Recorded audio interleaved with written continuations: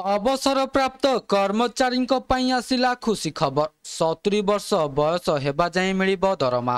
तेबे कौन रही संपूर्ण अपडेट आसतु जानिबा। ता पूर्व वीडियोटी को लाइक और शेयर करी चैनल को सब्सक्राइब करबा पई अनुरोध। एबे अवसरप्राप्त कर्मचारी माने बोर्ड कॉर्पोरेशन एवं सोसाइटी रे अनुमोदित पदवी रे सर्वाधिक 70 वर्ष बयस पर्यंत चुक्तिभित्तिक नियुक्ति पाई परिबे।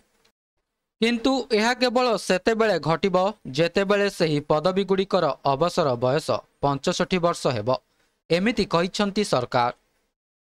एहाकु नै अर्थ विभाग एहार निर्देशावली जारी करिछि। एहा परे चुक्तिभित्तिक अवसरप्राप्त कर्मचारी नियुक्ति रे बयस संपर्क रे आउ कोनोसी संदेह रहिबो नाही। उल्लेखयोग्य जे सांप्रतिक समय रे विभिन्न विभाग बोर्ड कॉर्पोरेशन एवं सोसाइटी रे चुक्तिभित्तिक नियुक्ति पाई अर्थ विभाग ठारू मार्गदर्शिका मागुथिले। शेषरे परिस्थिति स्पष्ट होईछि।